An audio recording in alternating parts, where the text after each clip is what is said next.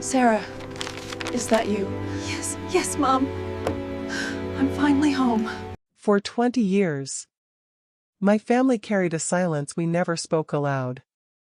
It was the kind of silence that settles into walls, into routines, into moments where nobody says anything. But somehow everyone feels the same ache. Her name was Lily. She was the girl who used to live next door when I was young. A little older than me. Quiet. Bright-eyed. And always carrying a small journal pressed against her chest. Like it was the only safe place she had. And then one day, she disappeared. No note. No goodbye. Her family left their house empty. And the street never felt the same again. My mother never spoke about her after that. Not once. But sometimes, late at night, I would see her standing by the kitchen window. Hands gripping the counter. Eyes staring into nowhere. It was as if she was waiting for something. Or someone. Who would never return. At least. That's what we thought. Until last Tuesday. Sunset has a strange way of coloring ordinary moments. That evening, the sky was washed in deep gold and fading rose tones. The kind that make even quiet neighborhoods feel like they're part of a story. I was setting the table for dinner when someone knocked on the door. 3 slow knocks. Steady. Almost hesitant. I thought it was a neighbor. Maybe a delivery. Maybe nothing important. But when I opened the door, I froze. A woman stood there, still, like she wasn't sure she deserved to be on any doorstep. Her clothes were simple. Her hair pulled back. Her face tired in a way that goes deeper than age. Not old. Just worn. Worn from life. From years. From something she hadn't said yet. She didn't smile. She didn't speak. She just looked at me. Like she was trying to find the right version of reality. "Can I help you?" I asked. Her lips parted. But no sound came out. She glanced past me. Into the house. And a shadow crossed her expression. Before I could say anything more, my mother stepped into the hallway behind me. At the sight of the woman, Mom stopped walking. Her entire body tensed. Her breath caught. Her hand, the one holding a kitchen towel, began to shake. The woman lifted her eyes. And in a single whisper, fragile, trembling, Mom said a name I hadn't heard in 2 decades. "Lily?" The woman nodded. Just once. And then she said the sentence. "That would change everything. I came back. Because your mother deserves to know the truth." Mom almost collapsed. I had never seen her look so shocked. Not even during funerals. Not even on the hardest days our family had faced. Her voice tried to speak. But emotion strangled each word. Lily? Is it really you?" Lily took a small step forward. "I'm sorry," she whispered. "I know I should have come sooner. I know 20 years is too long. But I didn't have a choice." Mom pressed a trembling hand to her mouth. "Come inside," she said. Her voice cracked. "Please. Come inside." We sat Lily at the dining table. She didn't touch the water we offered. She sat with her hands folded tightly together. As if holding them apart might break her. Mom sat across from her. Eyes never leaving Lily's face. For a long time. Nobody spoke. And then Lily said, I need to tell you what happened. The night I disappeared. Her voice was slow, cautious. Like she was pulling memories out of a place where she had tried to bury them. You remember my father, she began. Mom flinched. Everyone remembered him. Even as a child. I sensed something cold about him. The kind of cold that didn't belong in a person. But somehow existed anyway. He was unpredictable, Lily continued. And when things were bad at home, I used to come here. Your mother. She was the only safe place I had. Mom's eyes filled with tears immediately. You were just a child, Mom whispered. You didn't deserve any of that. Lily shook her head. The night I disappeared, I came to your house. She paused. I came to say goodbye. Mom's chest rose sharply. You didn't say goodbye, she said. You vanished. Lily swallowed hard. I tried, she said. I came to your door that night. I wanted to knock. I wanted to tell you everything. But before I could, she took a long, slow breath. My father found me. The room felt heavier. Even I felt it. Like the air itself tightened. Lily stared at her hands. Thumb rubbing against her palm like an old nervous habit. He was waiting at the end of your driveway, she said softly. I don't know how long he had been there. I don't know how he knew I would come. Mom whispered. No. When he grabbed my arm. I tried to scream. But he covered my mouth. I tried to fight. But I was 16. He was stronger. Her voice trembled. He looked at me the way he always did. When he wanted to remind me I belonged to him. Mom's hand shook violently. I'm so sorry, she whispered. I should have. I should have seen. I should have. No, Lily said firmly. You helped me more than you'll ever know. If it wasn't for you, I wouldn't have survived that long. Mom broke down silently. Lily wiped her eyes once with her sleeve. For 20 years, she said. I thought coming back here would only hurt you. Hurt me? Mom echoed.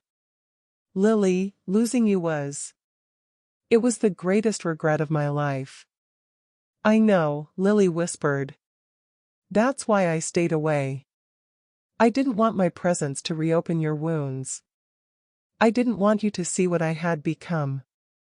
Or what I had been through. Mom shook her head, crying quietly. But then, Lily said. Something happened 3 months ago. She looked directly at Mom. And that's why I came back. Mom leaned forward, breath held. What happened? She asked. Lily hesitated. It started with one sentence, she said. A sentence I couldn't ignore. What sentence? Lily's eyes glistened. You need to tell her the truth. Before it's too late. The next morning, my mother woke up earlier than usual. She didn't turn on the TV. She didn't open the curtains. She simply sat at the kitchen table with both hands wrapped around a warm cup of tea, staring at the front door. She didn't say a word, but I knew exactly what she was waiting for. Not someone. But a sign. A sign that last night wasn't a dream. A sign that the universe had not played a trick on her heart. A sign that the flower, and the message, had meant something more than a passing moment. I didn't try to break the silence. There was something sacred about the way she was waiting. As if disturbing it would make the moment disappear. Hours passed, and nothing happened. No footsteps. No knock. Not even the sound of someone walking by. But still, my mother stayed in her seat, quiet, hopeful, terrified. Finally, she whispered, "No one visits after 20 years, twice." And yet, her voice said the opposite. She wanted to believe. She wanted, desperately, for the impossible to happen again. Around noon, she finally stood up and walked toward her room. I assumed she was giving up for the day. But a few minutes later, she returned, holding something I had never seen before. A small, square wooden box. Old, but carefully preserved, protected from dust, time, and even from us. She placed it on the table and gently ran her fingers over the lid. "Your grandmother carved this," she said quietly. "She gave it to me when I was 18, before everything happened." She paused. Her breathing grew unsteady, as if opening this box meant opening a door she had been trying to keep shut for decades. Then, slowly, she lifted the lid. Inside was a single photograph. Worn edges. A faint crease down the middle. But the image was still clear. A teenage girl, maybe 16, smiling shyly at the camera. Her dark hair pulled back. Her eyes gentle, but hiding something deeper. A kind of sadness that didn't belong on someone so young. I knew that face. I had seen it once before. Years ago. In an old family album that my mother refused to discuss. It was her. The girl from last night. The girl who had left the flower. The girl who vanished 20 years ago. My mother held the photo delicately, as if touching it might shatter the memory. "She was like a daughter to me," she whispered. "Not by blood. But, sometimes love doesn't need that, does it?" Her voice cracked for the first time. She trusted me. She trusted only me. And I wasn't there the day she needed me most. She didn't elaborate. She didn't need to. You could hear the regret in every breath. Just as she placed the photo back into the box, we heard it. A soft, hesitant knock. My mother froze. The kind of silence that falls before a storm swept through the room. Not fearful, but fragile, trembling hope. She slowly walked toward the door. Her hands were shaking. Her breath uneven. She paused, gathering herself. Then, she opened it. Only a crack. Just enough to see the porch. And when she did, her entire body went still. I moved closer, trying to see what she saw. There was no girl. No figure standing on the steps. But there was something. A small journal. Old. Worn. With a faded ribbon wrapped loosely around it. And beneath it, another flower. The same kind as the one last night. My mother covered her mouth as tears filled her eyes. Not because she was afraid. Not because she was confused. But because someone was telling her, "I haven't forgotten you." She reached down, lifted the journal with both hands, and held it to her chest like it contained the last piece of her heart. Then she whispered something I'll never forget. "She's not gone. She's still trying to reach me." And that's when everything truly began. Because inside that journal was the message my mother had waited 20 years to hear. My mother placed the journal on the kitchen table like it was something fragile. Not because it might break, but because she might. She didn't open it right away. Instead, she sat down and stared at it, her fingertips gently brushing the faded ribbon. "It looks just the same," she whispered. As if time never touched it. But time had touched it. Not the paper. The memories. The kind my mother had buried deep enough to forget. But not deep enough to escape. After a long breath, she slowly untied the ribbon. The knot slipped apart like it had been waiting all these years. She lifted the cover, and a small folded note slid out. My mother froze. Her hand hovered above it, as if touching it might change something inside her. Finally, she unfolded it. Her eyes moved across the first line. Then she stopped breathing. The handwriting, not elegant, but neat, familiar, was unmistakable. And the message was short. Only one sentence. But it was enough to unravel 20 years of silence. I'm sorry I couldn't say goodbye. My mother closed her eyes, and tears fell instantly. Not from sadness alone, but from the confirmation that her memories were real. That the girl, the one who vanished, had once tried to reach out. My mother held the note against her chest, and for a long time, she said nothing. Only after a few minutes did she whisper, "I thought she left because of me." But the note said otherwise. The note said she cared. The note said she hadn't forgotten. The note said she had been trying to come back. When she managed to gather herself again, she turned the first page of the journal. The handwriting filled the paper, but the words were shaky, uneven. Written by someone who wasn't sure who would ever read them. It began with a simple sentence. If you're reading this, it means I finally found my courage. My mother's hand trembled as she read. The journal continued. I never wanted to disappear. I just thought everyone would be happier without me. I was wrong. And I'm trying to make this right, little by little. Page after page, the writing unfolded like a confession. Raw, vulnerable, filled with the kind of fear only a young girl could feel.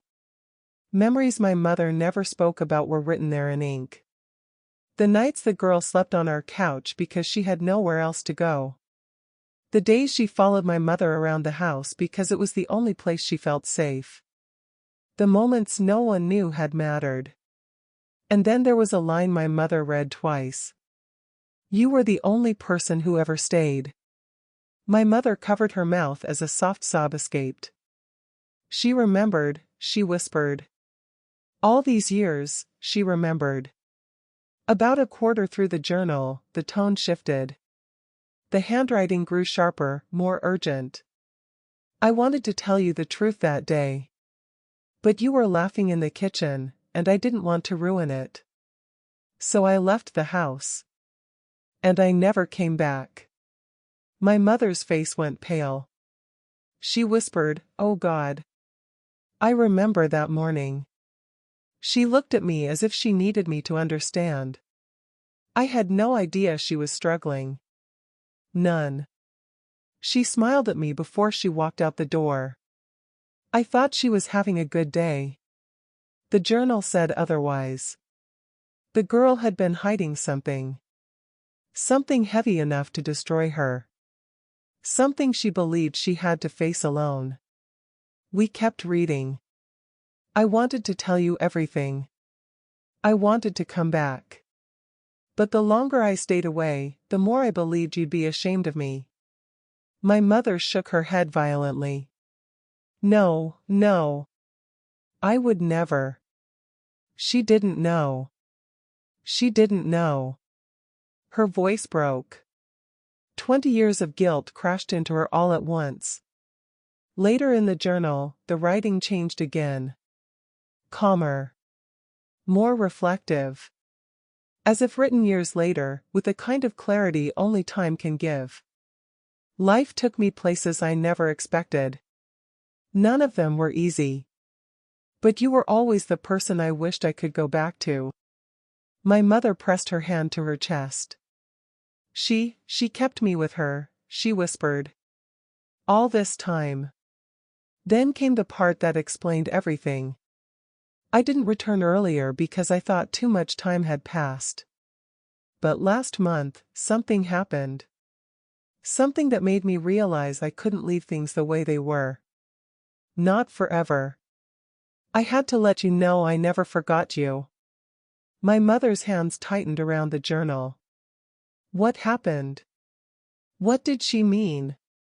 What changed? But the page ended there.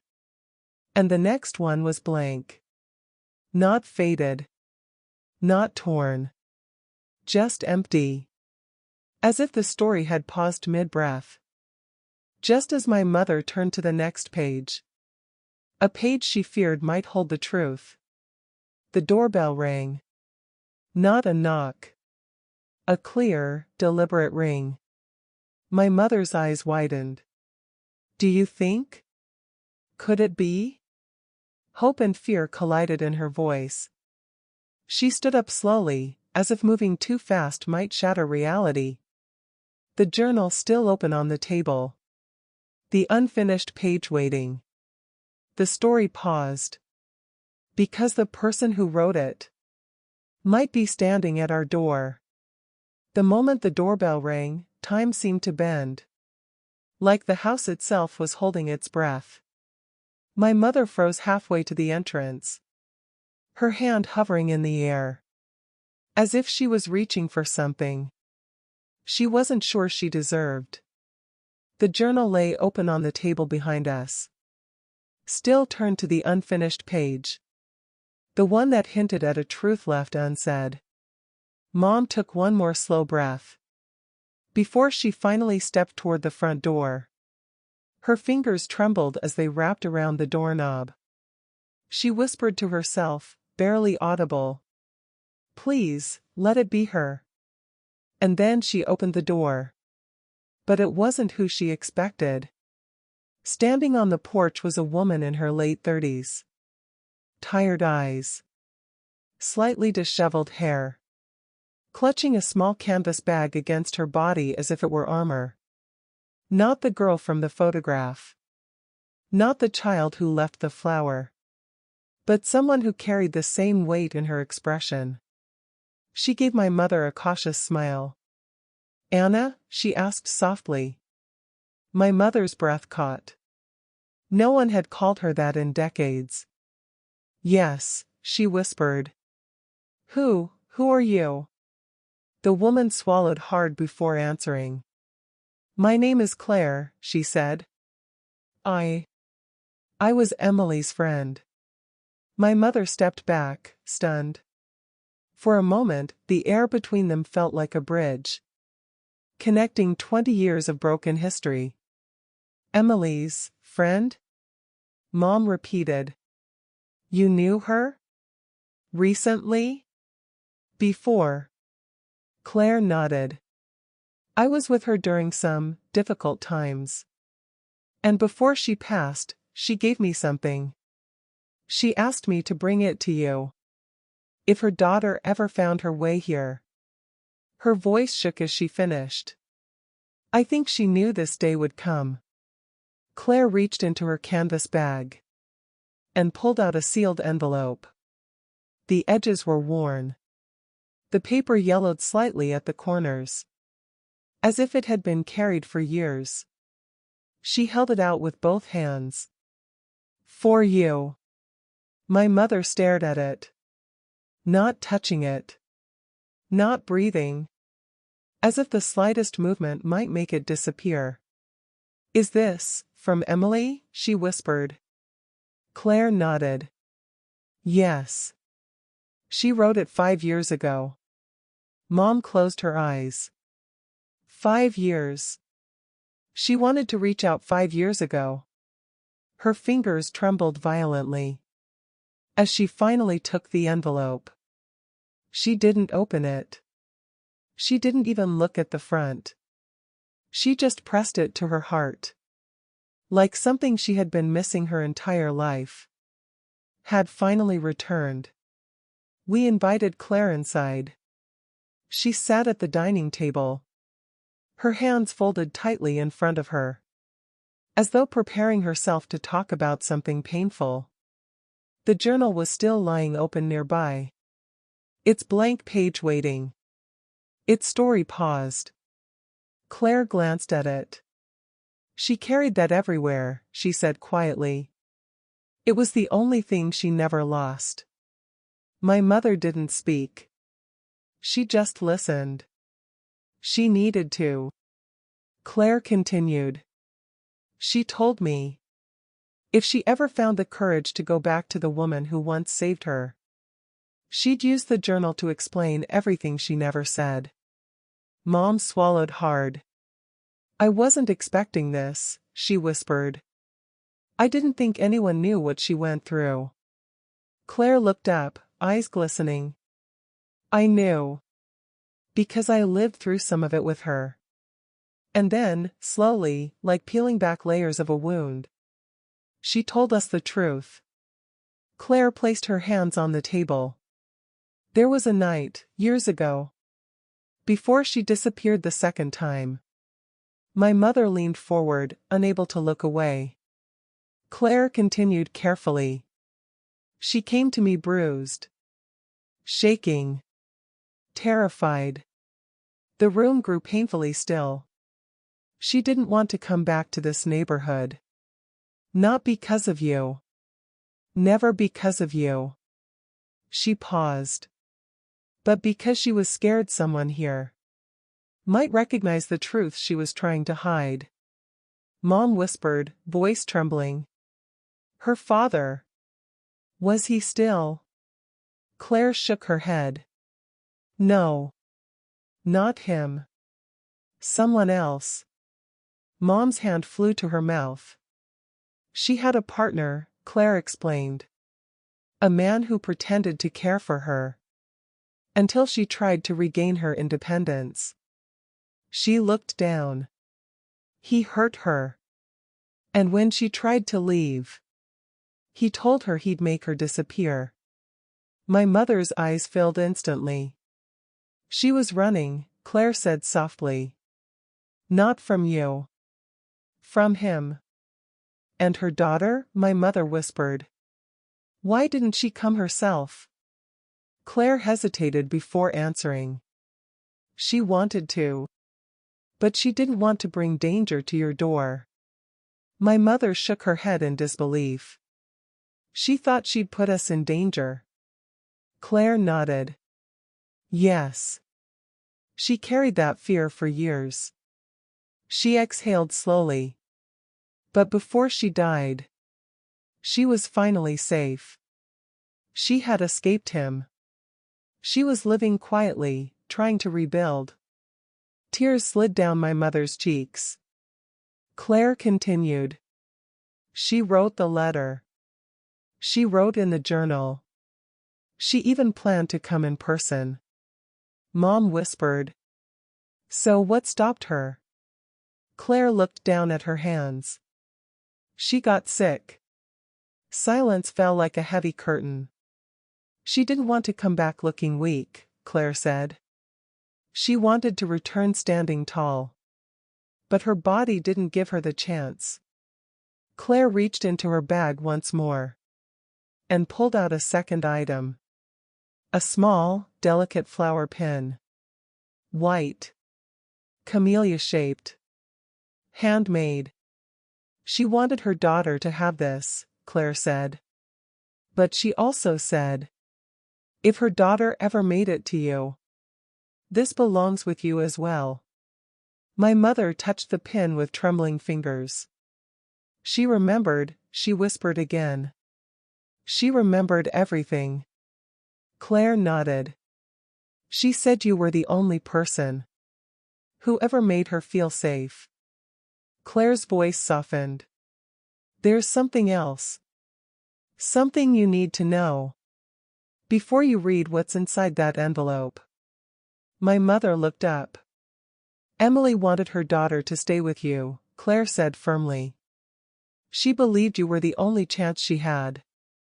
To grow up in a safe home. A real home. Mom broke. Her head lowered. Her shoulders shaking. Her hand pressed over her mouth. As she cried without sound. Claire reached across the table. And placed a gentle hand on her arm. She didn't choose you out of convenience, she whispered. She chose you out of love. The room stayed still. Heavy. Tender. Huge. And then Claire added. She asked me to bring you one more message. But it's inside the envelope. I think. She wanted you to hear it in her own words. My mother looked down at the letter. The paper trembling in her hands. Everything. The journal. The unanswered page. The 20 years of silence. Led to whatever was written inside. She wasn't ready. But she had to be. For 20 years. My family carried a silence we never spoke aloud. It was the kind of silence that settles into walls. Into routines. Into moments where nobody says anything. But somehow everyone feels the same ache. Her name was Lily. She was the girl who used to live next door when I was young. A little older than me. Quiet. Bright-eyed. And always carrying a small journal pressed against her chest. Like it was the only safe place she had. And then one day. She disappeared. No note. No goodbye. Her family left their house empty. And the street never felt the same again. My mother never spoke about her after that. Not once. But sometimes, late at night, I would see her standing by the kitchen window. Hands gripping the counter. Eyes staring into nowhere. It was as if she was waiting for something. Or someone. Who would never return. At least. That's what we thought. Until last Tuesday. Sunset has a strange way of coloring ordinary moments. That evening. The sky was washed in deep gold and fading rose tones. The kind that make even quiet neighborhoods feel like they're part of a story. I was setting the table for dinner. When someone knocked on the door. 3 slow knocks. Steady. Almost hesitant. I thought it was a neighbor. Maybe a delivery. Maybe nothing important. But when I opened the door, I froze. A woman stood there, still, like she wasn't sure she deserved to be on any doorstep. Her clothes were simple. Her hair pulled back. Her face tired in a way that goes deeper than age. Not old. Just worn. Worn from life. From years. From something she hadn't said yet. She didn't smile. She didn't speak. She just looked at me. Like she was trying to find the right version of reality. Can I help you? I asked. Her lips parted. But no sound came out. She glanced past me. Into the house. And a shadow crossed her expression. Before I could say anything more, my mother stepped into the hallway behind me. At the sight of the woman, Mom stopped walking. Her entire body tensed. Her breath caught. Her hand, the one holding a kitchen towel, began to shake. The woman lifted her eyes. And in a single whisper, fragile, trembling, Mom said a name I hadn't heard in 2 decades. Lily? The woman nodded. Just once. And then she said the sentence. That would change everything. I came back. Because your mother deserves to know the truth. Mom almost collapsed. I had never seen her look so shocked. Not even during funerals. Not even on the hardest days our family had faced. Her voice tried to speak. But emotion strangled each word. Lily? Is it really you? Lily took a small step forward. I'm sorry, she whispered. I know I should have come sooner. I know 20 years is too long. But I didn't have a choice. Mom pressed a trembling hand to her mouth. "Come inside," she said. Her voice cracked. "Please. Come inside." We sat Lily at the dining table. She didn't touch the water we offered. She sat with her hands folded tightly together, as if holding them apart might break her. Mom sat across from her, eyes never leaving Lily's face. For a long time, nobody spoke. And then Lily said, "I need to tell you what happened the night I disappeared."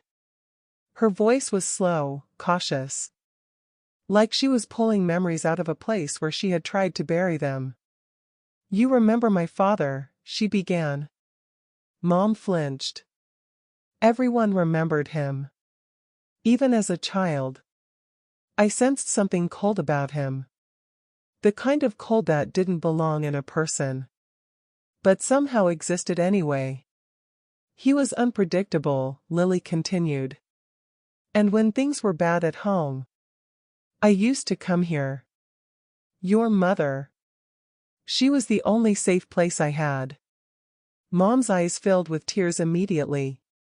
"You were just a child," Mom whispered. "You didn't deserve any of that." Lily shook her head. "The night I disappeared, I came to your house."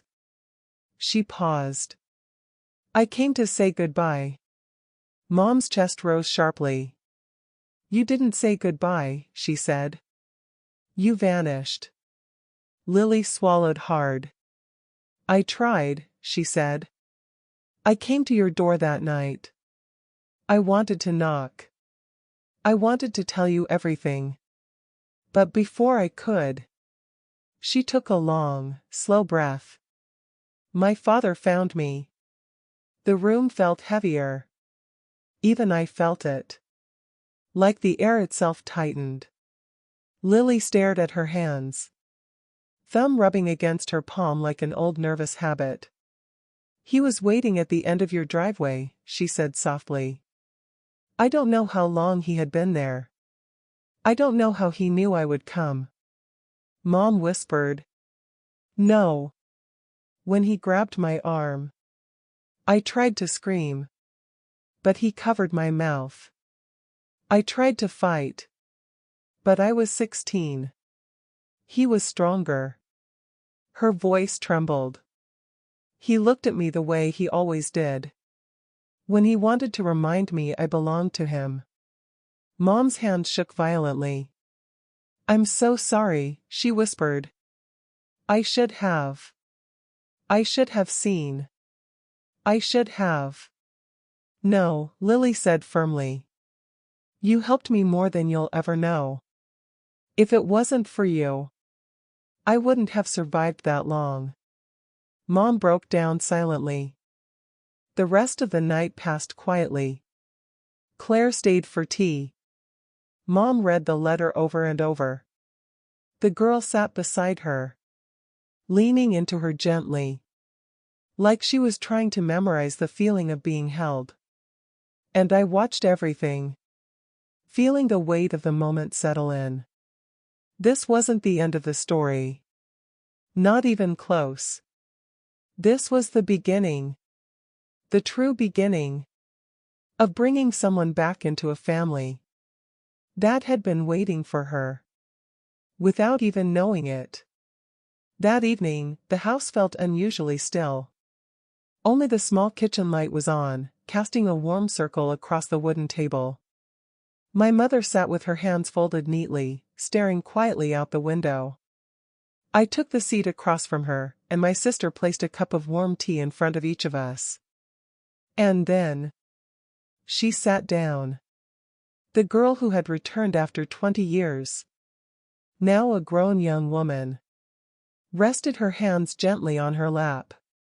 Her posture was calm, but her eyes showed the weight of 2 decades she had carried alone. The silence between all of us was soft, but heavy. So much history, and so many unanswered questions, filled the room like invisible dust. "If there's something you want to say, My mother finally whispered, her voice trembling. Take your time, dear. The young woman nodded slowly. But she didn't speak right away. Her fingers tightened and loosened, as if trying to gather courage from the simple movement. Then at last, with a voice so small it sounded like she was pulling it up from years of silence, she began. I've lived with guilt every day since that night. All three of us froze. Back then, I didn't understand anything. The adults around me were upset. I heard bits and pieces. That I had caused trouble. That I was the reason someone was hurting. Her voice wavered, but she didn't stop. They told me to stay away. That I shouldn't come back here again. And I believed it. She paused, eyes lowered. Her expression was that of someone who had carried fear for far too long. My mother slowly reached across the table. Her hand rested gently on the young woman's trembling fingers. It wasn't your fault, she said softly. None of it. We were all too quick to believe what others said. I'm so sorry you bore that alone. Tears welled instantly in the girl's eyes. She wiped them away with the back of her hand, then looked up at us again. I still felt responsible. Later, when I heard what your family went through, I thought I had caused everything. I thought I ruined your peace. My sister shook her head gently.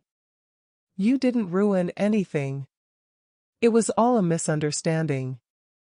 A painful one. I leaned forward, speaking quietly.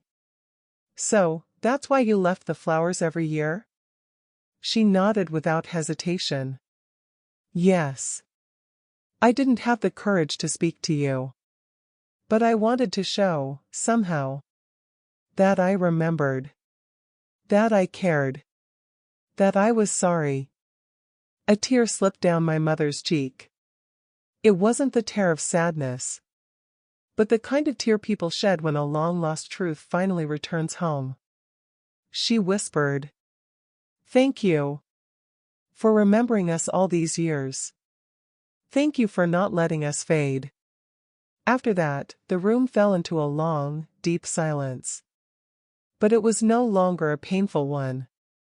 It was a quiet full of release. A silence where 20 years of weight finally began to lift. The following morning, the world felt strangely new.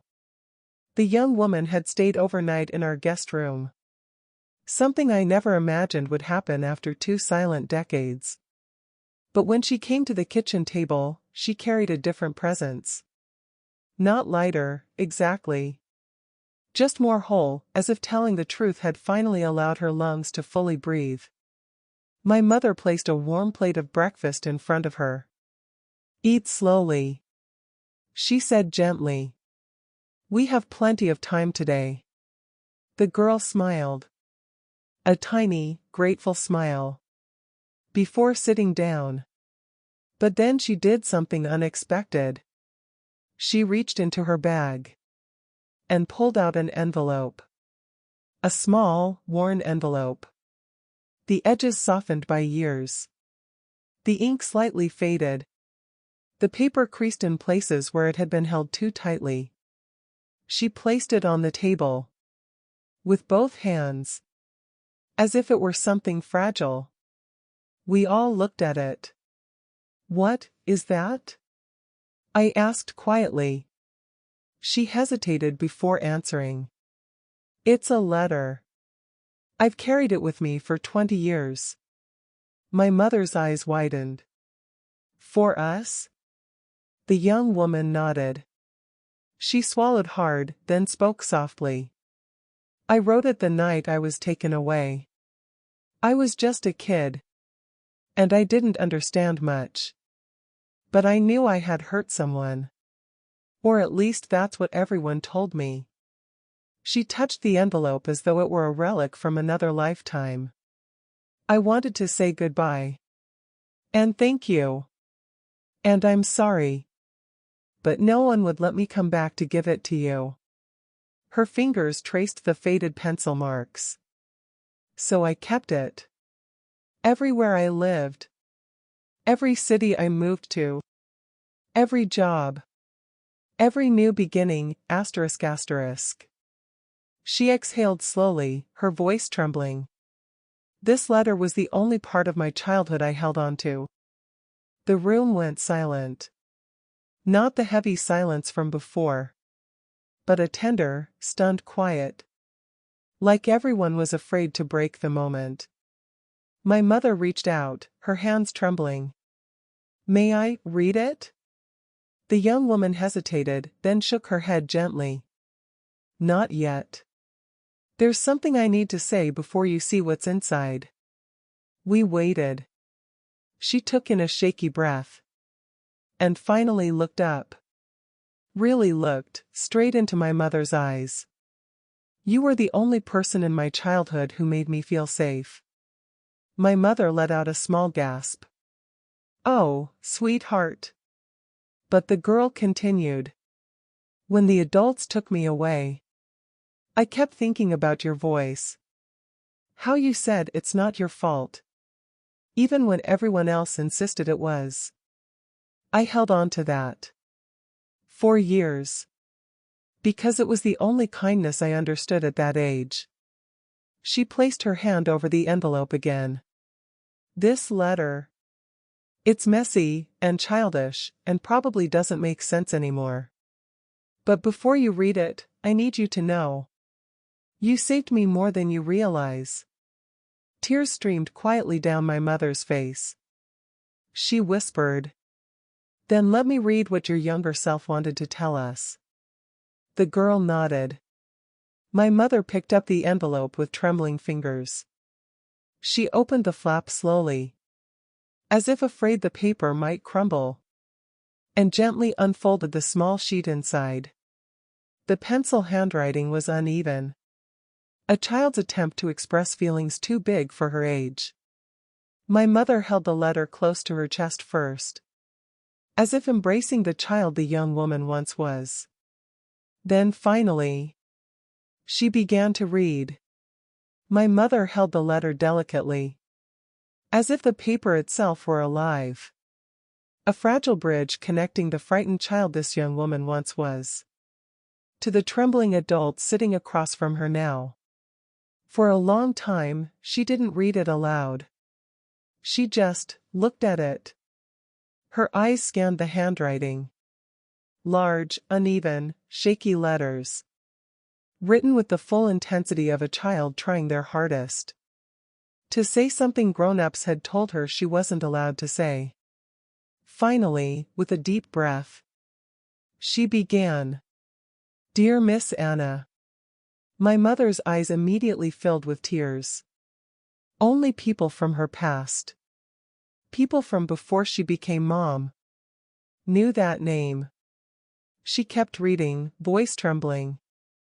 I'm not supposed to write this, but I needed to say thank you. You always told me I wasn't bad.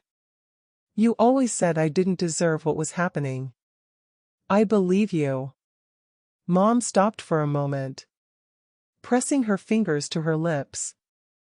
The young woman looked down, shoulders tight, like she was bracing herself for judgment she no longer deserved.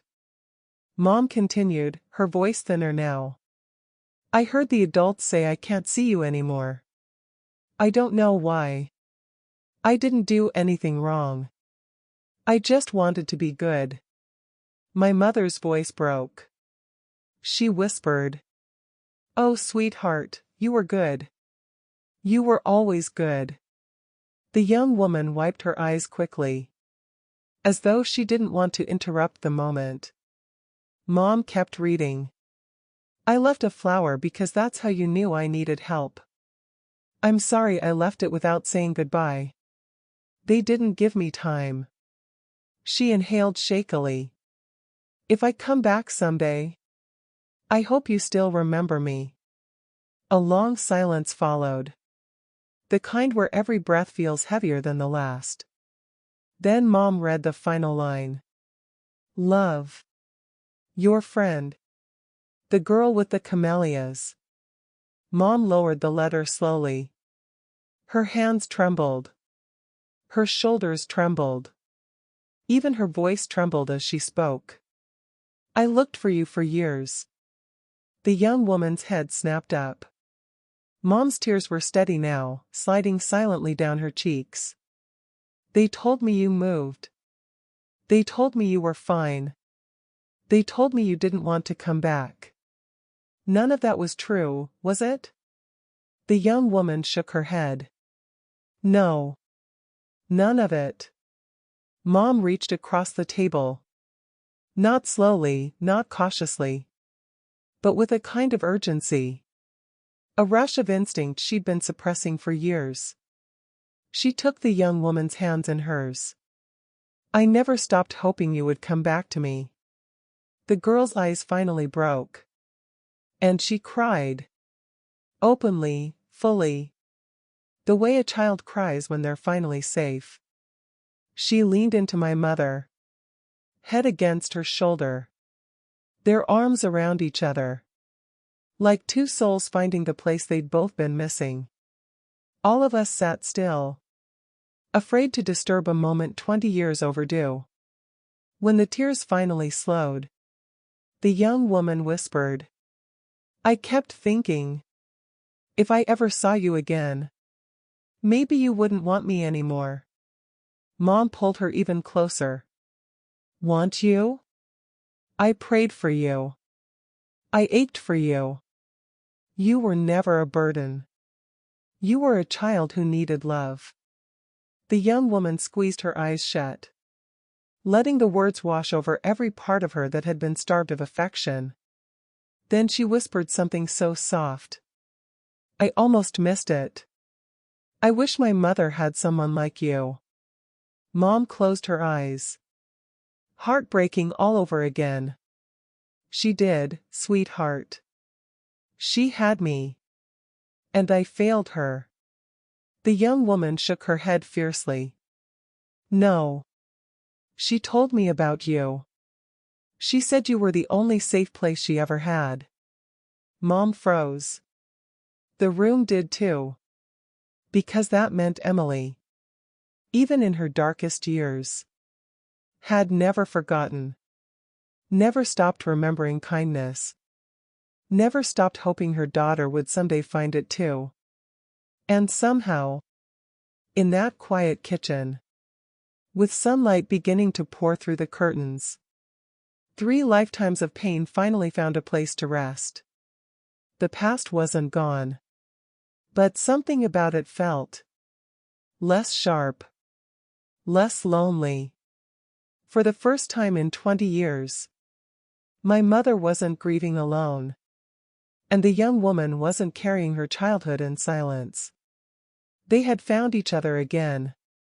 And the story, though far from over, had finally begun to heal. That night, after everyone had gone to bed, I found my mother sitting alone at the kitchen table. The letter lay in front of her. Not folded. Not tucked away. Just resting there in the open. As if the words still had something left to say. The house was quiet.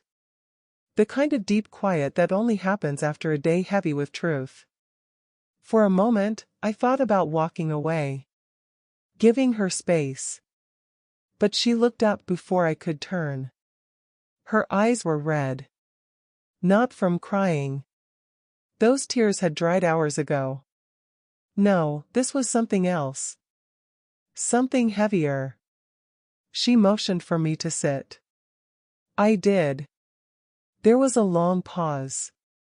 The kind where you can feel the weight of a memory. Even before it's spoken aloud.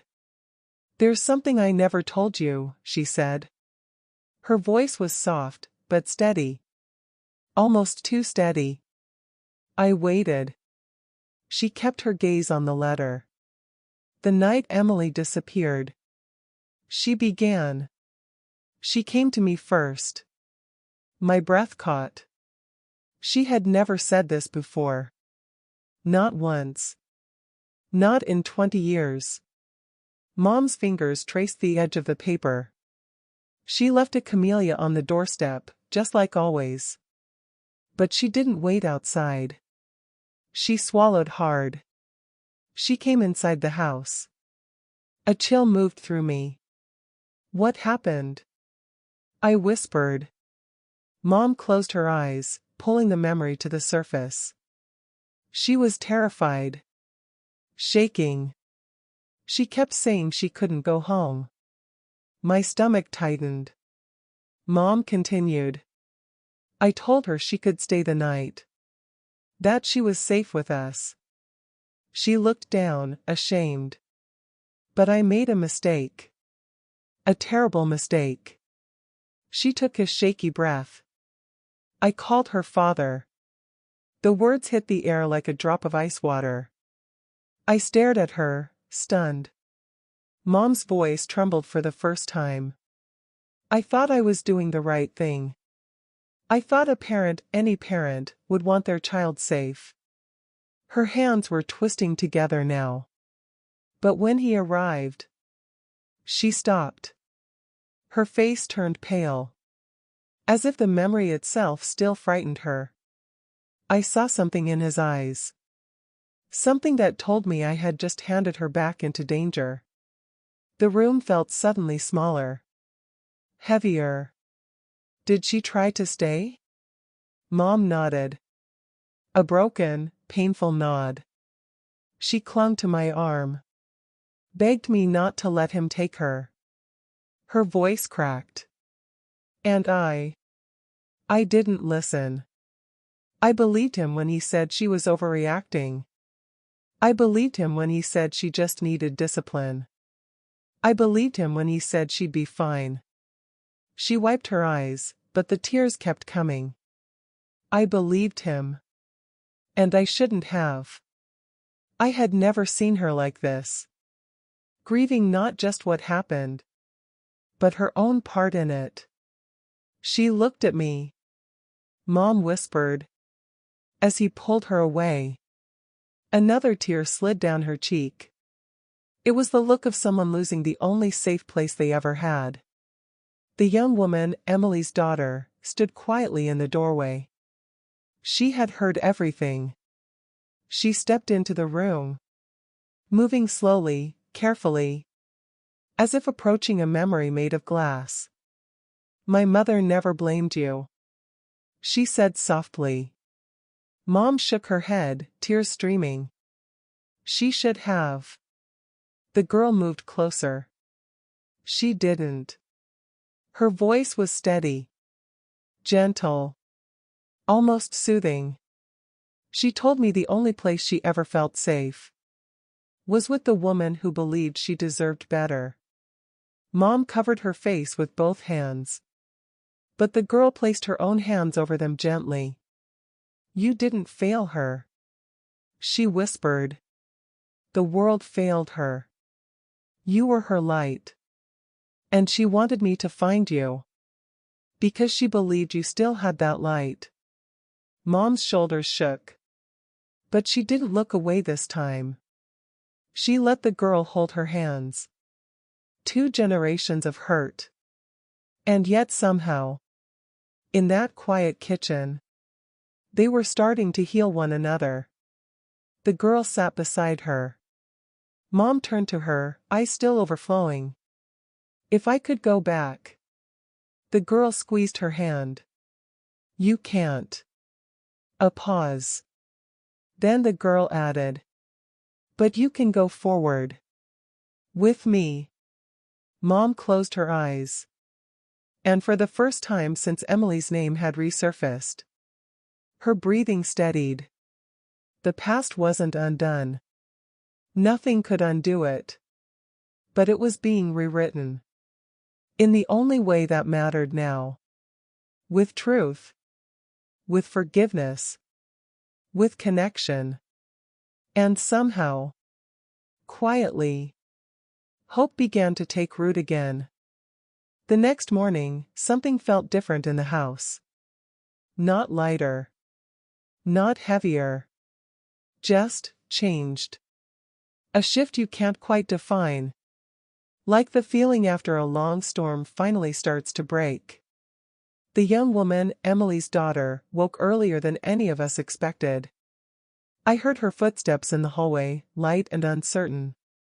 Like she wasn't used to moving freely in a home. She hovered near the living room doorway for a moment. As if she needed permission just to enter the space. Mom noticed immediately.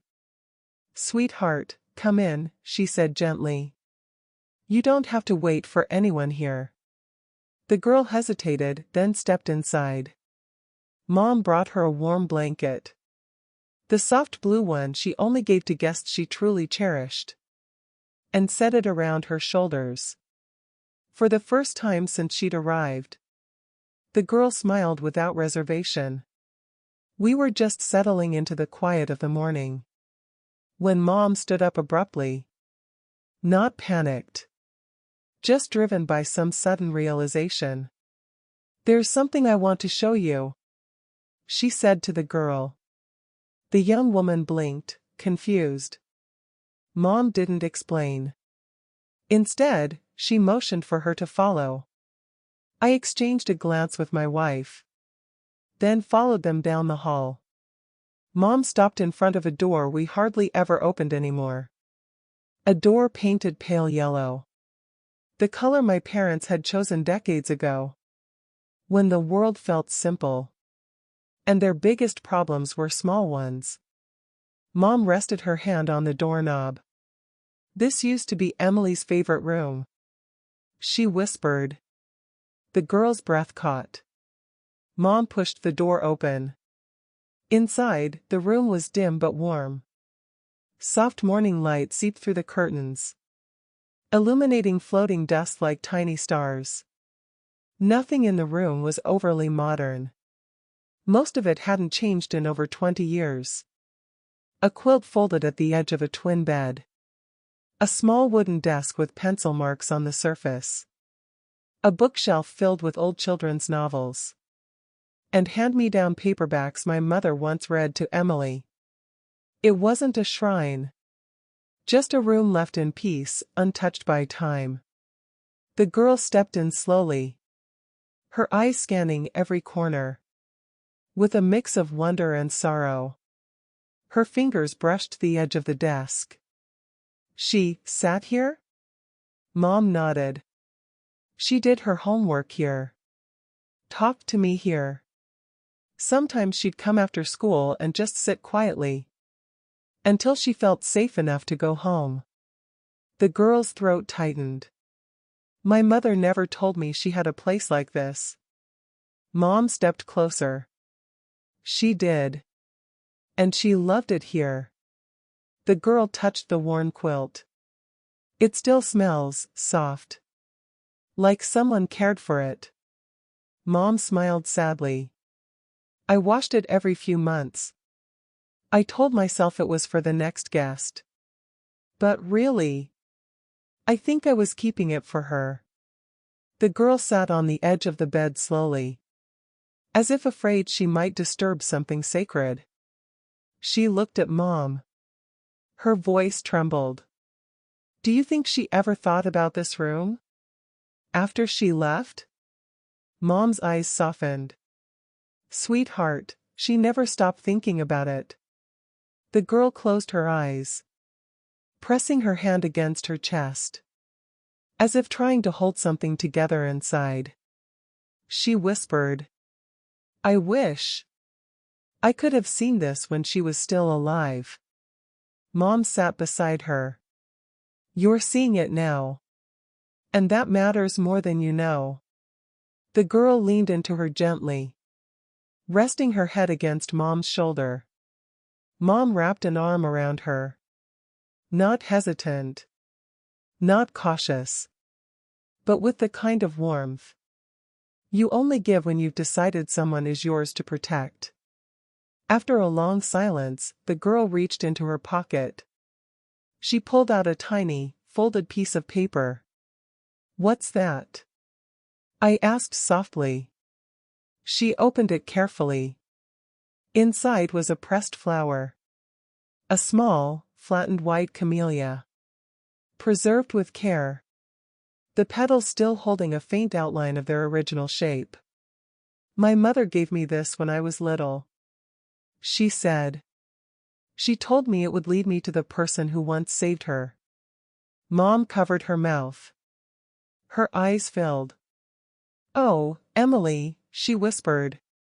The girl placed the pressed camellia on the old wooden desk, right where Emily once sat. I think she'd want it here. Mom nodded, unable to speak. The girl looked around the room slowly. Then she whispered something that made Mom's shoulders shake with emotion. Do you think maybe this could be my room now? Mom didn't hesitate. She pulled the girl into a full embrace. Honey, it already is. And in that moment, in that quiet little room filled with 20-year-old memories, something healed. Not perfectly. Not completely. But enough to begin again. Enough for hope to finally settle where grief had lived for far too long. The house felt impossibly quiet.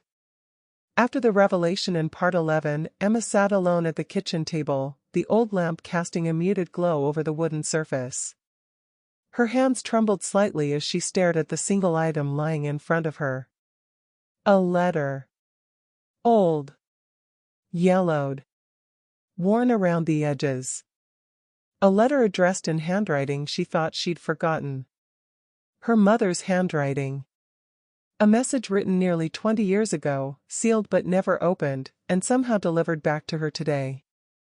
Emma could hardly breathe. She turned the envelope over again and again, as though studying it might help her understand how this was even possible. Her mother had passed away years earlier. There was no explanation for why a letter from that era, with her mother's unmistakable pen strokes, would suddenly appear now. Especially not after the words she heard earlier that night. Your mother wanted you to know the truth, but she didn't know how to tell you. Emma whispered the words again, barely audible. What truth? Her heartbeat thudded in her chest as she gently ran her fingers across the flap.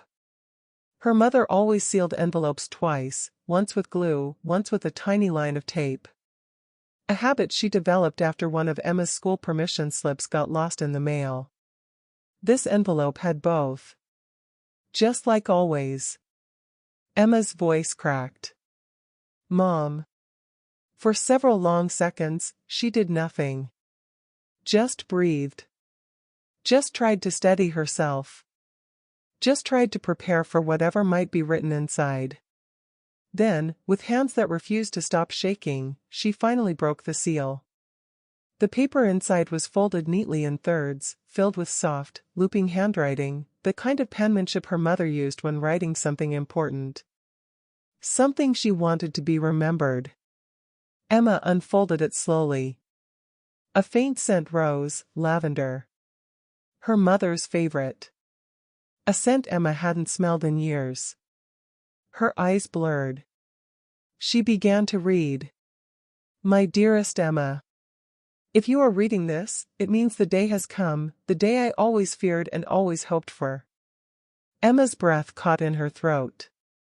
Her mother had written this expecting Emma to someday find it. She continued reading, each line tightening the knot in her stomach. There are things I hid from you. Not because you couldn't understand, but because I didn't want you to carry the burdens I couldn't carry myself. A heavy stillness filled Emma's chest. Her mother never talked about her struggles. Never talked about the pain she endured. She was the type of woman who smiled even through storms, hiding the thunder behind her eyes. Emma wiped away a tear with the back of her hand. The letter went on. You deserved a simple childhood. Not one haunted by my mistakes, or my fears, or the choices I made long before you were born. Emma's lips parted. Long before you were born.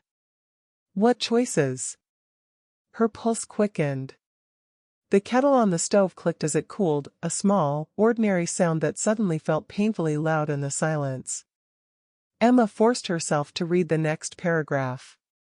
The day I left the flower on that doorstep. The day everything changed. I knew it would come back. I just didn't know when. Emma froze. Her vision blurred slightly. The flower? The same way this entire story began? The same gesture the girl repeated 20 years later? She whispered, "Mom, what did you do?" As if answering her, the letter continued, as if her mother had anticipated the exact questions her daughter would ask.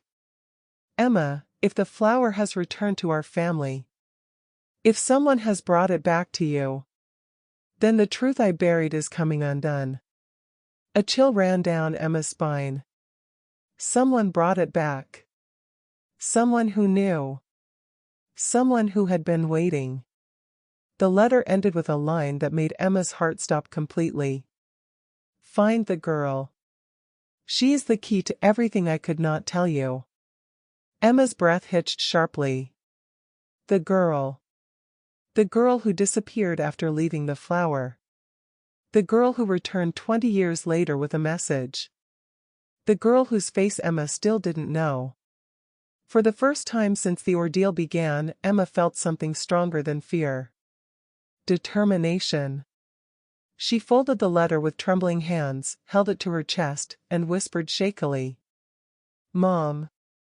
I'll find her. I promise. The house remained silent. But Emma could feel the shift, as though the truth was no longer hiding behind shadows. As though the story her mother never told was finally forcing its way into the light. She stood up, wiped her tears, and took a steady breath. It was time to continue the journey. It was time to uncover the truth that had been buried for 20 years. It was time to follow the trail left by a single flower. And find the girl who held all the answers. Emma didn't sleep that night. After reading her mother's letter, after seeing that final line, find the girl, her mind refused to quiet. The house felt dense with memories and unanswered questions, each room echoing with things her mother never said. By dawn, Emma was already dressed, pacing by the window as the early morning light settled over the neighborhood. She had only one lead. The girl. The girl who left the flower 20 years ago. The girl who returned recently with a message. The girl who vanished again before Emma could speak to her. Emma whispered under her breath, almost as if reassuring herself. She has to be real, and she has to still be out there. She grabbed her keys, slipped her mother's letter into her coat pocket, and stepped outside. The air was crisp, cool against her skin, and the sky was just beginning to lighten, the same soft glow as the morning her mother left her flower all those years ago. Emma walked toward her car, but she paused before opening the door. Something tugged at her memory. A detail she had almost overlooked. When the girl appeared at their doorstep weeks ago, leaving a single flower and a whispered message, she had walked away toward the old outer road, the quiet path leading out of town. A place few people used anymore. Emma hesitated only a moment before turning in that direction. If this girl had been avoiding notice, avoiding people, avoiding the town itself, then she would go where no one would follow. The outer road. The gravel crunched under Emma's shoes as she stepped onto the narrow, winding path. The old wooden fence that lined it leaned and creaked from years of weather and neglect. Beyond it, tall grass swayed in the early breeze, and wildflowers spotted the field like forgotten memories. Emma remembered walking this path as a child, holding her mother's hand, picking tiny yellow flowers that grew in clusters along the road. Back then, the path had felt magical. Now, it felt heavy, like it held secrets buried too long. She walked for nearly 15 minutes when she saw it. A small cottage. Quiet. Worn. Isolated. And unfamiliar. It sat at the edge of the field, half hidden by wild overgrowth. The roof sagged slightly. The windows were clouded with age. But a faint stream of smoke rose from the chimney, proof that someone lived there. Emma's heartbeat quickened. Could this be it? Could the girl be here? She stepped slowly toward the house, her footsteps muffled by the soft earth. As she approached, she noticed something that made her breath catch. Flowers. The porch railing was lined with small jars holding single blooms, each one different. A daisy. A violet. A wild rose. A small yellow bud. All placed with care. All alone, one per jar. Just like the flower the girl had left on her doorstep. Emma swallowed hard. This was no coincidence. She stepped onto the porch and raised her hand to knock, but before she could, the door opened. A woman stood in the doorway. Not a teenage girl. A grown woman, mid-20s, maybe a little older, with deep, tired eyes and hair pulled into a loose braid that fell over her shoulder. She wore a simple sweater and seemed startled to see anyone at all. But the moment her gaze met Emma's, something changed. Recognition. Not from Emma. But from the woman. As though she'd been expecting her. Emma froze. The woman spoke first, her voice soft but steady. You found the letter. Emma's breath caught in her throat. How do you know about the letter? The woman didn't answer immediately. Instead, she pushed the door open a little wider. Please, she said quietly. You should come in. Emma hesitated. Every instinct told her to be careful, to ask more questions before stepping inside. But something else, something she didn't fully understand, told her that this woman wasn't a threat. She was a key. Just like the letter said. Emma stepped inside. Inside the cottage. The interior was warm, lit by the soft crackling of the small fireplace. Shelves along the walls held jars of dried herbs, faded books, and small boxes labeled with dates Emma couldn't decipher. On a wooden table near the window sat a row of envelopes. All unsealed. All blank. All yellowed by time. Emma felt a shiver run down her arms. The woman gestured for her to sit. Emma did. The silence stretched until the woman finally spoke again, this time with a trembling breath, as though she'd been holding the words in for years. My name is Lily. Emma's eyes widened slightly. Lily. She knew that name. Her mother had mentioned it once, but only once, and only in passing. A childhood friend. Someone from long before Emma was born. Emma whispered, You were close with my mother, weren't you? Lily's expression tightened with grief and guilt. I was more than that, she murmured. And so was she. Emma felt her pulse quicken. So you were the one who left the flower 20 years ago, she said. Lily's eyes lowered. Yes. And you were the one who came back this year? Lily nodded slowly. Yes. Emma leaned forward, her voice shaking. Why? What does the flower mean? And what did my mother do? Please. I need to know. Lily lifted her gaze, and for the first time Emma saw something she hadn't expected. Fear. Not of Emma. But of the truth she was about to reveal. Lily took a slow breath, then spoke the words that would change everything. The flower wasn't just a message, she said softly. It was a promise your mother made. A promise she broke. And a promise that has been waiting for you to understand. Emma's chest tightened. A promise to who? She whispered. Lily's voice cracked. To me, she said. Then after a long, agonizing pause. And to the child she hid from the world. Emma stared at her, breathless, frozen, unable to form a single word. Lily's eyes filled with tears as she whispered. Your mother hid my daughter.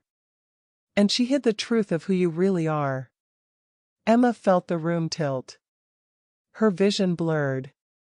Her breath disappeared. But Lily wasn't finished. She leaned in, her voice barely above a whisper. Emma. You weren't the only child your mother raised. For a long moment, Emma couldn't speak. The crackling fireplace was the only sound in the room, its gentle rhythm strangely out of place as Lily's words echoed in the space between them. You weren't the only child your mother raised. Emma swallowed hard, the back of her throat tightening. Her mind tried to form a question, any question, but none of them felt big enough for the moment. Finally, she managed to whisper. What do you mean? Lily didn't answer right away. Instead, she stood, walked to a small wooden drawer near the table, and pulled out a weathered box tied with a faded red ribbon. She placed it gently in front of Emma. This, she said quietly, is everything your mother left me. Everything she wanted me to keep. Everything she hoped you'd eventually understand. Emma looked at the box, her heart pounding. She reached out slowly, almost afraid the box would disappear if she moved too quickly. Lily rested a hand on the lid, stopping her. Before you open it, Lily said, voice trembling, you need to hear the whole truth. Otherwise none of what's inside will make sense. Emma nodded, though she wasn't sure she was ready. Lily sat back down, exhaling deeply. Your mother and I met when we were young. Teenagers. Both of us trying to escape complicated homes. We were close in a way that never quite fit into simple words. She trusted me, and I trusted her. Emma listened carefully. This was already more than her mother had ever revealed. But life separated us, Lily continued softly. She got married. Had you. And I made mistakes. Big ones. I tried to rebuild my life. I tried to be better. Her voice cracked. And then, I had a daughter. Emma's breath caught. Lily looked down at her hands. She was the happiest part of my life. My whole world. But I wasn't stable then. I wasn't safe. And I knew it. Her fingers trembled as she spoke. So I went to the person I trusted most, your mother. Emma straightened, feeling a cold shift in her chest. She took the baby, Lily whispered. Not because she wanted to replace you, but because she wanted to save her. She said she'd protect her until I could get back on my feet. Emma whispered, so where is she now? Lily closed her eyes. That's where the truth gets complicated. She leaned forward, elbows on her knees, eyes glossy. Your mother didn't hide her from you out of malice. She hid her because she was afraid. The child, the girl, she didn't stay long. Emma froze. What do you mean she didn't stay long? Lily's voice softened into something almost unbearably fragile. She was taken. Emma felt her stomach drop. Taken by who? Lily's jaw trembled. Her eyes glistened. By the same man who ruined my life. Emma's breath stilled. The air in the cottage felt suddenly thin. Lily continued, her voice breaking. Your mother tried to stop him, but she was only one person. The day the girl left your doorstep 20 years ago? That was the last day anyone saw her. Emma's eyes widened. The girl who returned? The one who left a new flower at my door, is she? Lily nodded. Yes. She's my daughter. Emma's heart pounded so loudly she could hear the blood rushing in her ears. So she is alive. Lily's voice tightened. She survived, but not unscathed. And she's been living in the shadows ever since. Emma blinked, overwhelmed. But why didn't she stay? Why not tell us everything? Why disappear? Lily hesitated, then spoke with a trembling resolve. Because she's afraid of being found. Afraid of him. Afraid of bringing danger into your life like she did mine. Emma exhaled shakily. And the message she left, the one she whispered to my mother. Lily nodded slowly. It wasn't a warning. She looked directly into Emma's eyes. It was a plea. Emma felt the room sway. A plea for what? Lily's voice softened into a whisper. For you, Emma. She came back because she needs you. Emma froze. Me? Why me? Lily reached for the box again and pushed it gently toward her. Because there's something inside here, she said, that only you can understand, something your mother kept for this moment. Emma stared at the box, pulse racing. Lily added softly. And because whether you know it or not, your lives have been connected from the very beginning. Emma placed her hands on the lid. Her fingers trembled. And slowly, with a deep breath, she lifted the top. For a moment, Emma simply stared into the box.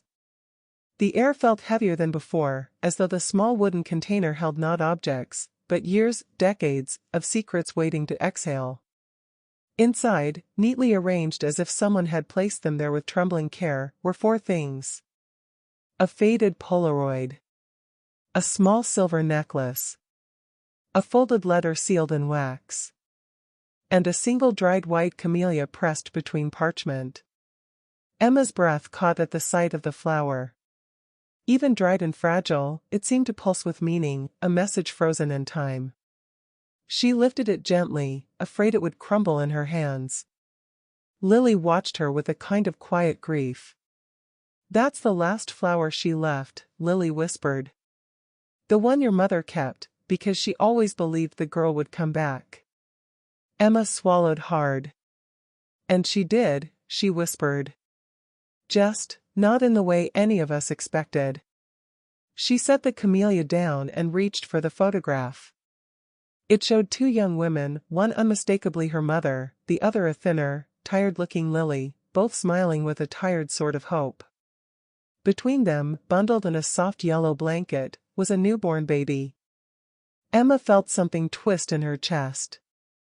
That's her? She asked. Lily nodded.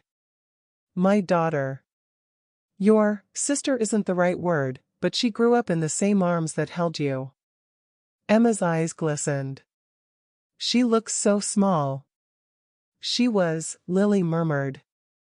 And your mother loved her more fiercely than she ever admitted. She didn't just take her in. She fought for her. Protected her. Emma traced the edge of the Polaroid with her thumb, seeing her mother in a new light, a woman who had fought 2 battles at once, raising her daughter, and sheltering someone else's. Emma placed the photo back inside and lifted the small necklace. A tiny silver pendant shaped like a camellia. It was hers, Lily said softly. She wore it the day she was taken. Emma froze. What? Lily nodded. When your mother found her again, years later, it was the only thing she recognized. The only thing that proved she was still alive.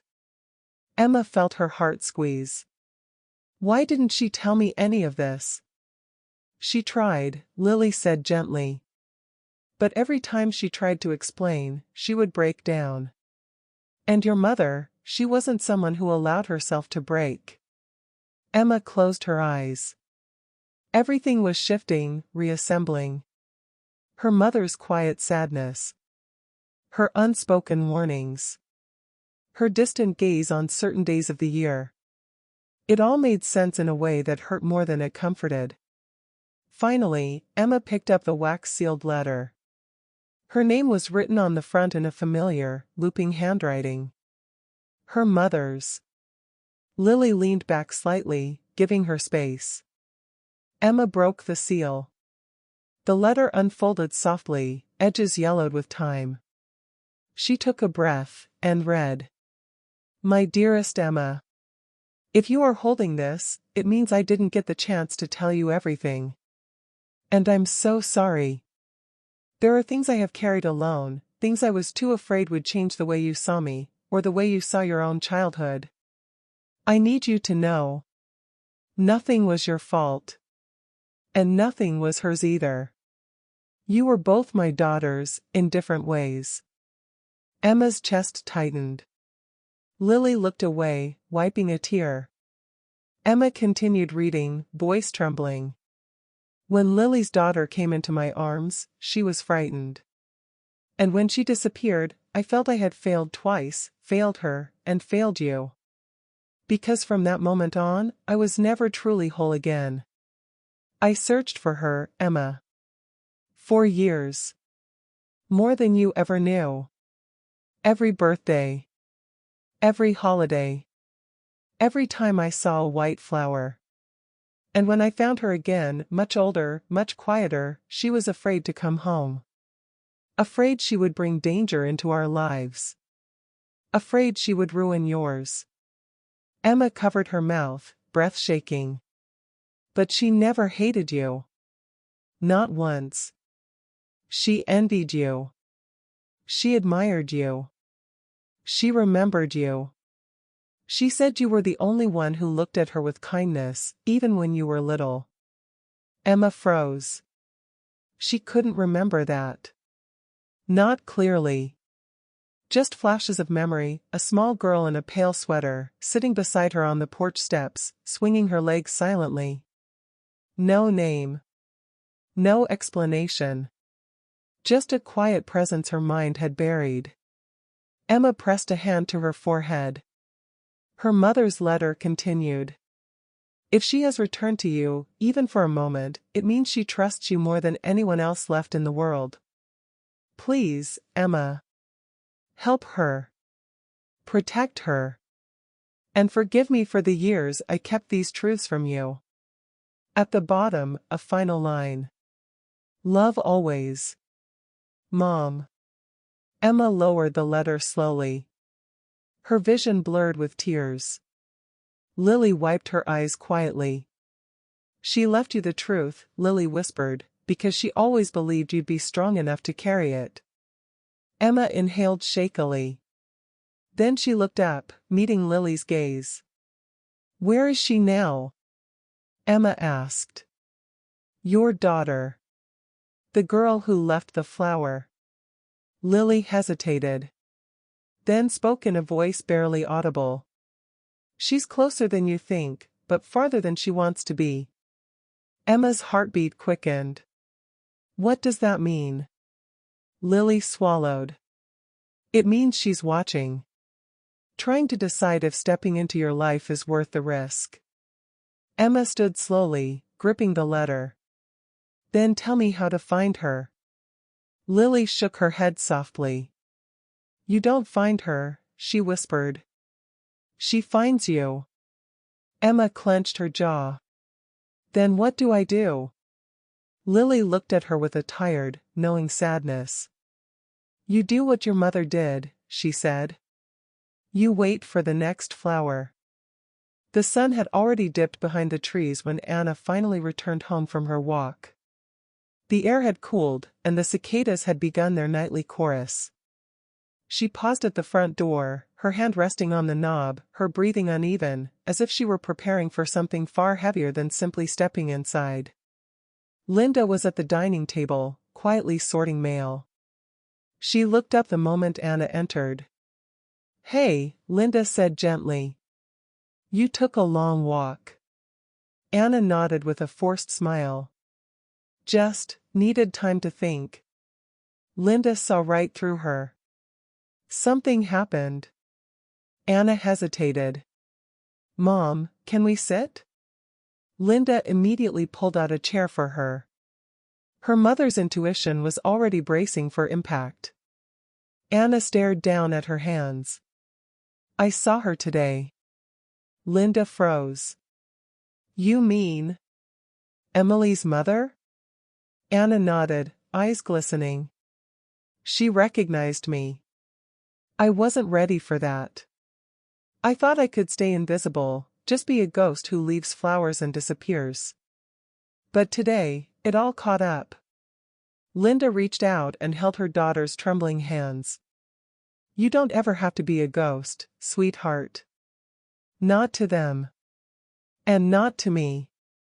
Anna swallowed hard. But Mom, there's something I haven't told you. Something I never said.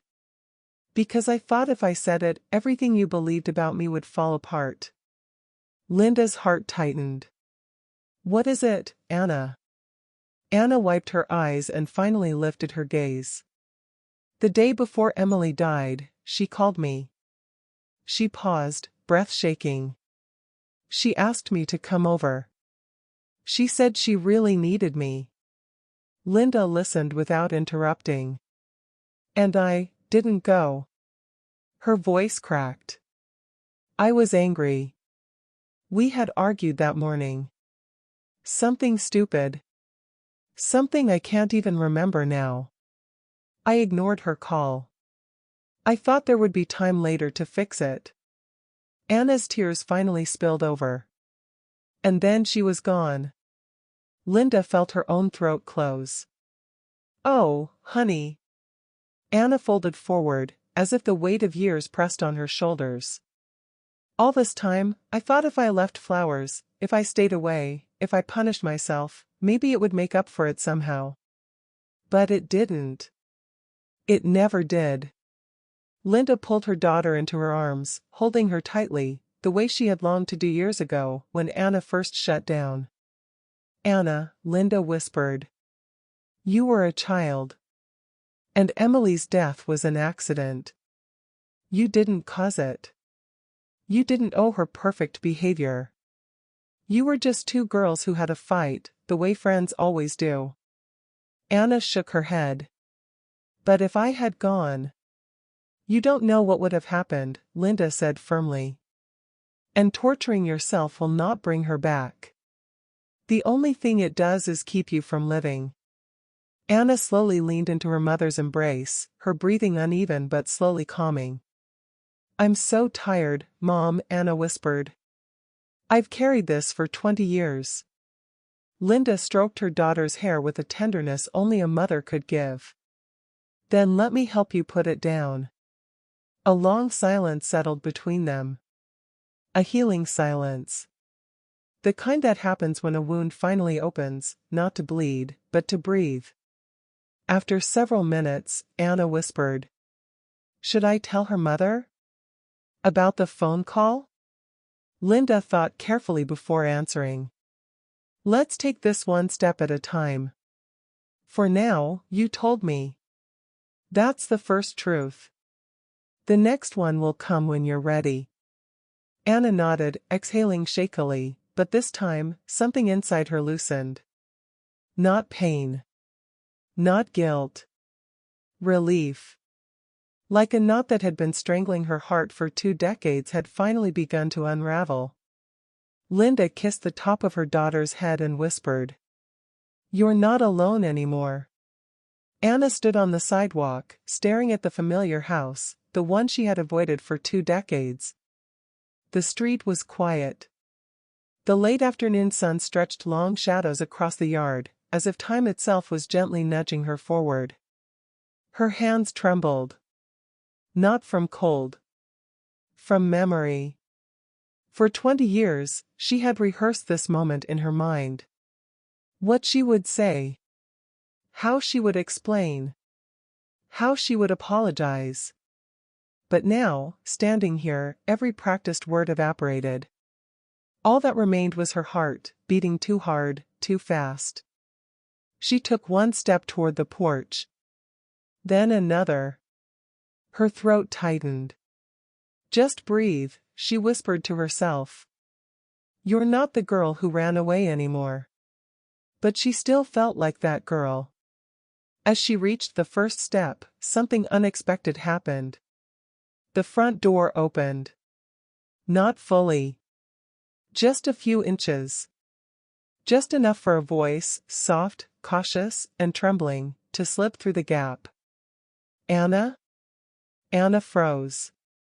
No one had called her name like that in 20 years.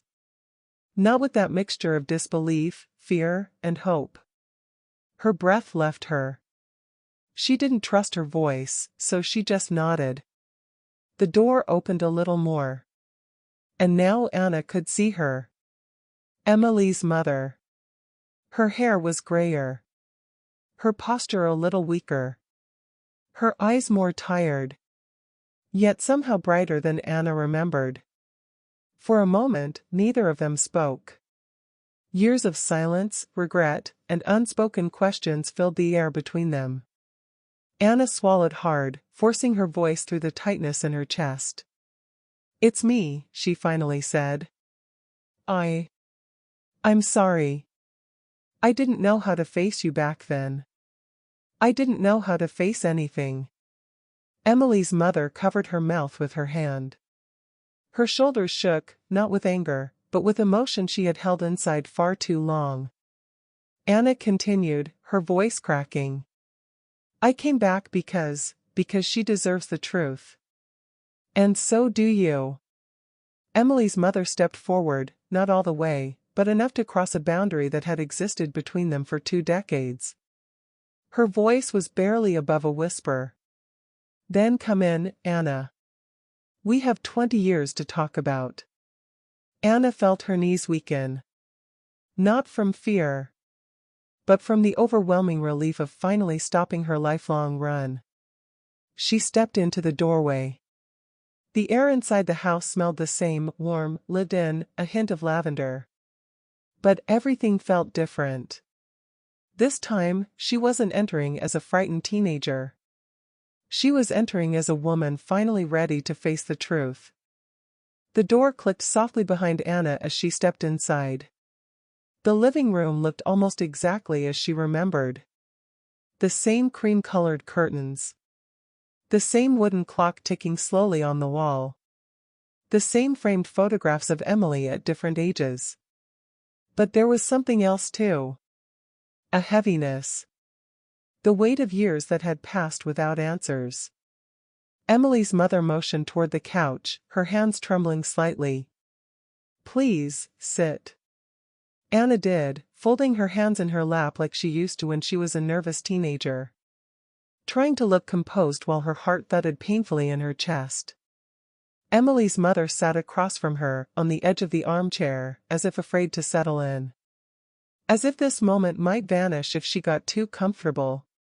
For a long time, neither of them spoke. The only sound was the soft ticking of the clock. Tick. Tick. Tick. 20 years. Ticking loudly in both their memories. Finally, Emily's mother inhaled shakily. "Anna. I need to ask you something.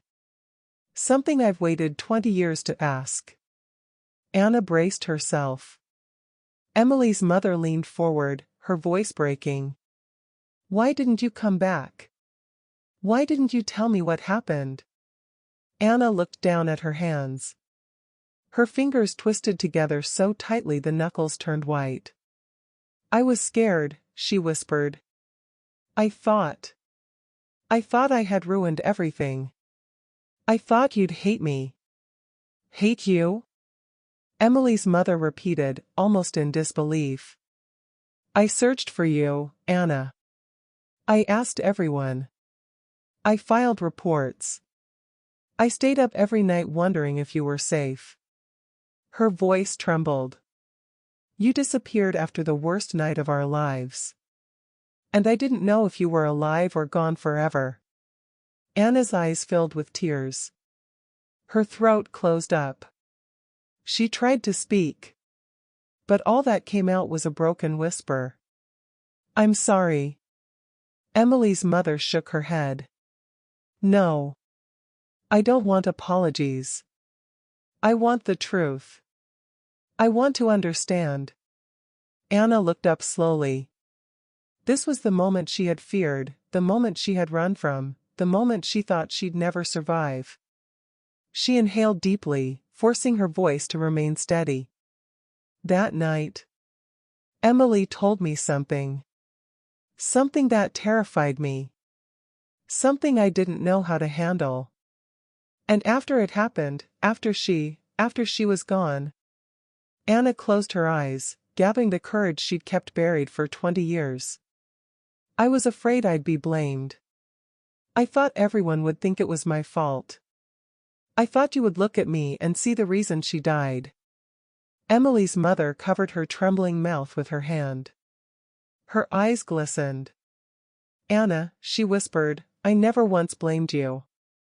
Anna bit her lip, struggling not to break down. But I blamed myself, Anna whispered. I blamed myself for 20 years. Silence filled the room again. But this time, it wasn't cold or distant. It was heavy, tender, and unbearably human. Emily's mother reached across the table, her hand shaking, and placed it gently on Anna's. Whatever happened that night? You don't carry it alone anymore. Anna's tears finally fell. For the first time in 2 decades, she felt the smallest flicker of something she hadn't allowed herself to feel. Relief. Not forgiveness. Not yet. But the possibility of it. Anna wiped her cheeks with the back of her hand, trying to steady her breathing. Emily's mother didn't rush her. She simply kept her hand resting over Anna's, soft, warm, and patient. Whenever you're ready, she whispered. Anna nodded slowly. She stared at the coffee table between them. It was the same one she used to rest her schoolbooks on as a teenager. The same one where she and Emily once painted each other's nails and laughed until their stomachs hurt. And suddenly, it felt like Emily was sitting there again. Young. Bright-eyed. Trusting. Anna swallowed hard. That night, she began softly, Emily came to my house around 9:30. I remember because I was already getting ready for bed. She looked different. Scared. She kept glancing over her shoulder. Emily's mother closed her eyes, bracing herself. Anna continued. She told me she had left a white camellia at your door. And I didn't understand at the time, but she said it was her way of telling you she needed help. A shaky breath. Then she said she didn't have time to wait. Emily's mother's lips trembled. What did she tell you, Anna? Anna's eyes filled again. She told me her father had come back. The room went still. Even the clock seemed to stop ticking. Anna's voice lowered, as if the memory still frightened her. She said he wasn't supposed to be there. He'd been gone for months. But that night, he showed up. Drunk. Angry. She said he had taken something from her mother's room, and she was afraid he was going to hurt her. Emily's mother covered her face with both hands. Her shoulders shook with soundless tears. Anna continued gently, carefully. She didn't want to go home alone. She begged me to walk with her. She said she needed someone there, just in case. Her voice broke. And I hesitated. She shut her eyes, fighting the memory. I was scared. I told her maybe we should call the police. But she said there wasn't time. She said if we called, he would hear the phone and come after both of us. Anna's breath hitched. So. I went with her. The words seemed to weigh 1,000 pounds. We walked slow. Every step felt wrong. And when we got close, when we were just a few houses away, Emily stopped. She said, if something happens, don't try to save me. Just run. Emily's mother let out a broken sound, half sob, half gasp. Anna's hands trembled violently. I told her I wouldn't leave her. But she just smiled at me. A sad smile. Like she already knew something I didn't. Anna paused. Her voice dropped to almost a whisper. And then we heard him. The air in the room felt colder. He was yelling inside the house. Things were breaking. And Emily froze. She looked at me and said, stay here. Please. If he sees you, he'll lose control. Anna pressed a hand over her heart. I should have stopped her. I should have pulled her back. But she ran toward the door. Tears streamed down her face. And the door slammed behind her. Emily's mother shook her head slowly, devastated. What happened next? She whispered. Anna's voice cracked. I heard shouting. Furniture breaking. Emily crying. And then. She clutched her chest. I heard her scream my name. Silence. Painful. Cutting. Anna looked straight into Emily's mother's eyes. That's when I ran. I didn't think. I didn't breathe. I just ran home. Her shoulders collapsed. I called my mom. We called the police. But by the time they got there, she couldn't finish. She didn't need to. Emily's mother sobbed quietly into her hands. Anna whispered. I've lived with that sound, Emily screaming my name, for 20 years. The two women sat facing each other. Two hearts broken in different ways. Two stories finally touching after decades of silence. And for the first time, the truth, raw, painful, unedited, was finally in the room with them. Emily's mother didn't speak at first. She kept her hands over her face, shoulders trembling.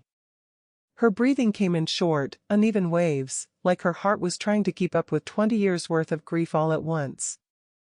Anna waited. She didn't touch her. Didn't rush her. She simply sat there, quiet, still, giving the older woman the space she deserved.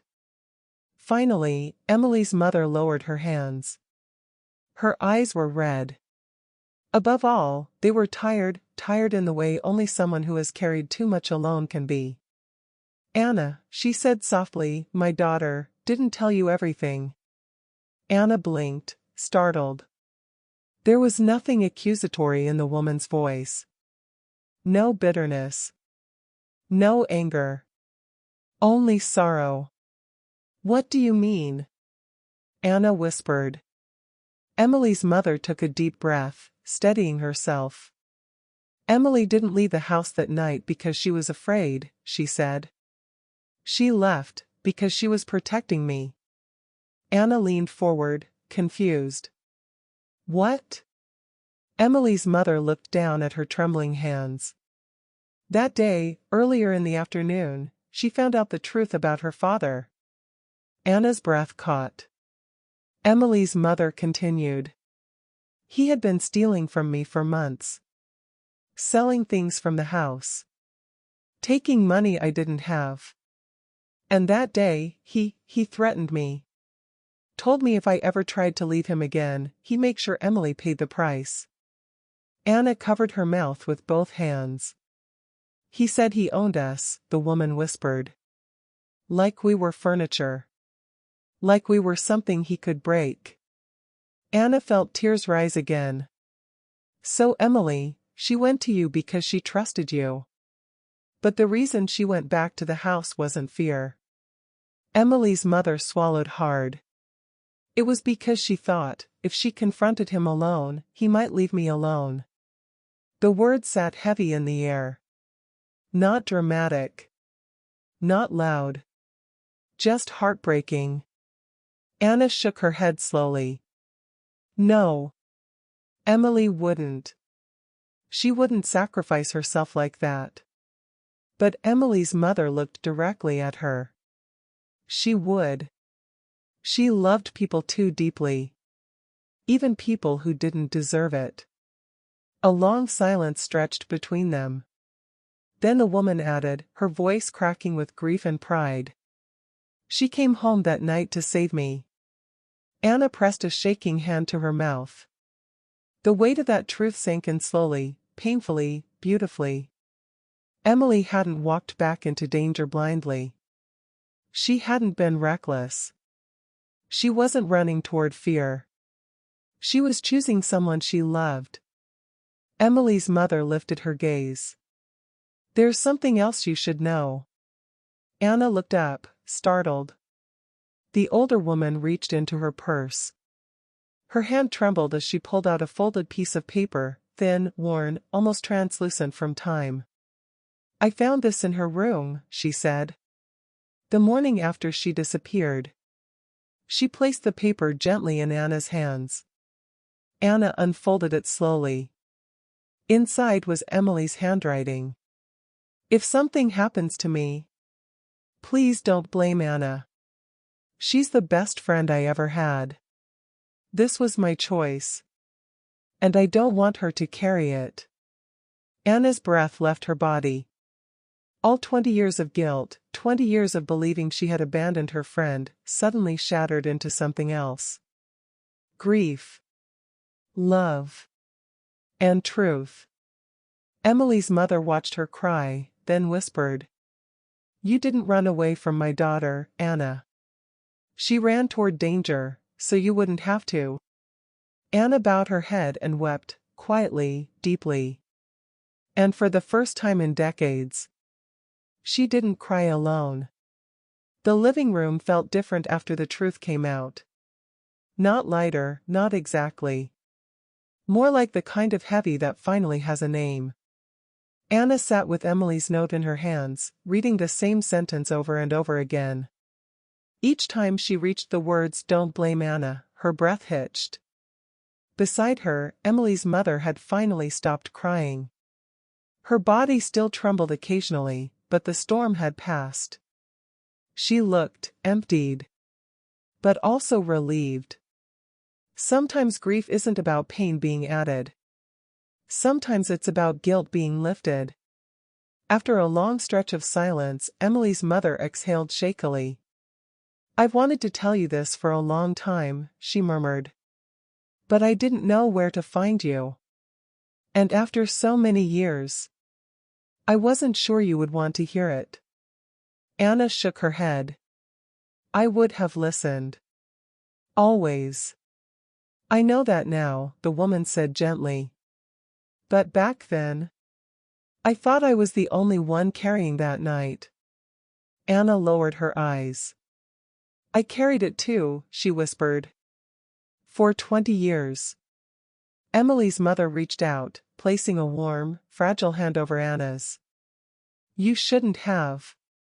For a moment, Anna simply let herself feel that warmth, the first moment of forgiveness she'd received in decades. But then the same thought returned, the one that had been circling her mind for days. What did all of this mean for Emily's daughter? She looked up, suddenly alert. Does she know? Anna asked. Emily's mother blinked. Know what? The truth. About her mother. About everything. The older woman hesitated. No, she finally said. I didn't want her to grow up with that darkness.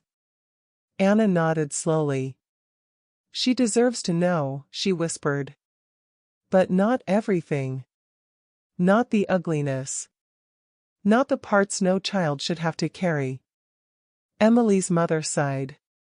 And what parts do we tell her? Anna looked down at the note again. The answer came naturally, gentle, soft, certain. We tell her who Emily really was.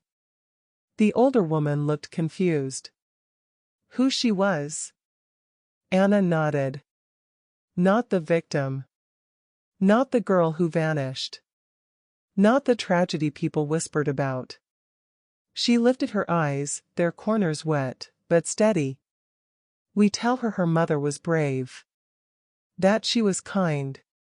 That she saved people. That she made the world softer just by being in it. Emily's mother pressed a hand to her mouth as tears welled again, this time not from sorrow, but from something closer to gratitude. Anna continued softly. We tell her she wasn't abandoned. Not even for a second. We tell her that Emily loved her so fiercely that everything she did, even the hardest things, were done because of love. Emily's mother nodded slowly, her chin trembling.